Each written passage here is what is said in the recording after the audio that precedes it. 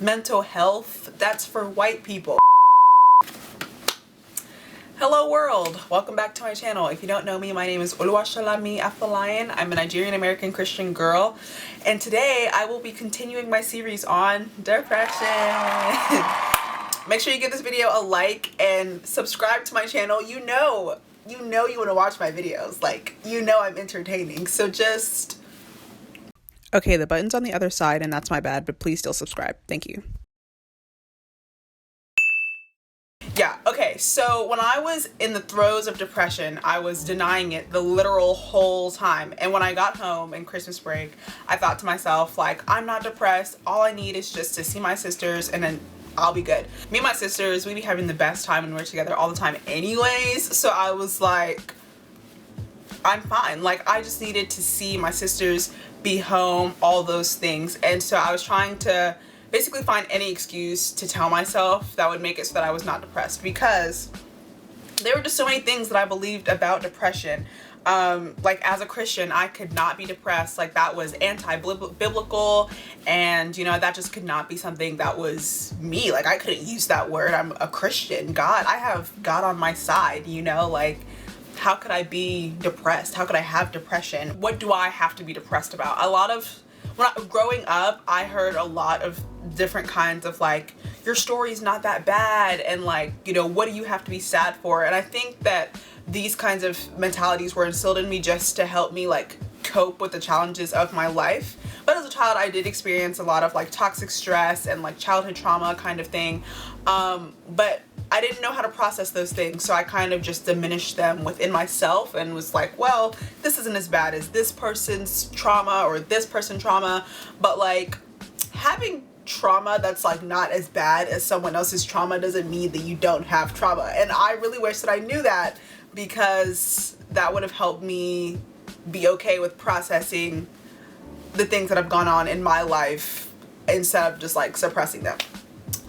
Something else was just, like, I just didn't want to be depressed. Like, I just didn't want that a part of my story. I was like, depression is really not for me. Like, I just can't be that person that's like, oh, I'm in bed sad. Like, I always just had, like, this idea of what depression was, and I didn't realize that it's really kind of different for every person, because every person is different.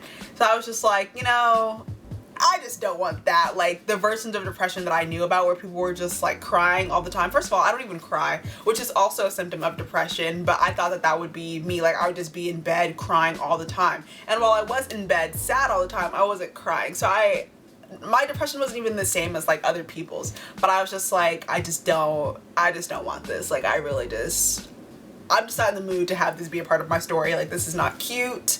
This is not for me. This is not going to be me. This is not productive. I don't want this. Also, like, I'm Nigerian. Both of my parents are from Nigeria. We are Yoruba Nigerians. And I don't know about you guys, but I don't know any mental health activists that are from Nigeria or Africa. And I'm sure they exist. I just don't know about them, because it's just culturally not things that we talk about. We just aren't very open about those kinds of things. But I don't want to be a part of continuing to diminish people's experiences and emotions for the sake of culture. So I am here in Nigeria talking about mental health and talking about depression, but at the time I was like, I'm Nigerian, okay? I don't have mental illness, okay? Mental health, that's for white people. Like, I don't, like, this isn't for me. This isn't a part of my story, and it's not going to be. And all these things, these are all lies that I told myself so that I wouldn't have to deal with my issues, because ultimately I was scared. Like, no one actually wants to delve into their deep thoughts and realize that, like, you're in pain. Like, that's not, it's not desirable. It's not cute in any way. So I just wanted to address some of those things to, like, my past self, I guess. Okay, so to address the first point that as a Christian, I can't have depression. First of all, one of the most prominent men in the Bible, David, who was Jesus was a descendant of, like, this man was a king. This was, like, one of God's favorite people in the Old Testament. This man walked and talked with God every single day. And this man was all over the place with his emotions. Psalm 6:6, this man's talking about his sorrow. Psalms 13:2, this man is talking about how his heart's aching and he's weeping and crying in his pillow every night. Psalms 22:1-2, this man is talking about just having his heart be so heavy and all these things. So if you're a Christian and you're like, oh, like, I can't possibly be depressed, like depression isn't biblical. People were trying to kill King David in the Bible, and he took the time to tell God how he felt. So I feel like if he can do that, we can do that. If there's something wrong with telling God your emotions and what's going on. To address my second issue, what do you have to be depressed about? Okay, so it's like if you live on a block of houses. Your neighbor has a bigger house than you. Just because you have a smaller house doesn't mean you do not have a house. It's the same thing with like pain and trauma. Your pain and trauma may not look like someone else's, or your experience may not have been as bad as someone else's, but they were still bad because they affected you emotionally. So diminishing your own pain, your own experience, and your own trauma, it doesn't really make any sense because it still exists, even if it's quote unquote smaller than someone else's. There's always going to be someone who's going through something worse or not as bad as you. So if we get into this comparing game, you realize that you're not doing yourself or anyone else any good. I don't want to be depressed. That was something else I said. Sis, whether you want to be depressed or not, you're depressed. And the longer it takes for you to acknowledge that and realize that, the longer it's going to take for you to get better and to heal. So acknowledge how you feel, even if you don't like it, because you can't do anything about something that you don't know exists. And finally, I'm Nigerian and I don't have mental illness. Bruh. Hey, it's Future Me Editing here, and I just wanted to address myself in this clip. So I hear this one a lot among Africans and even other minority communities, and I just wanted to say that it really doesn't make any sense when you think about it. Being Nigerian doesn't make me immune to pain. Minority people experience tremendous adversity, and our ethnicity isn't an armor for the effects of the adversity. Nigerian is an identity, it's not an immunity. We go through so much as people, and whether we consciously acknowledge it, our body does keep score no matter where you're from or what you call yourself, and that's what I wish someone would have told me when I said this to them or out loud in general. That's it. Carry on.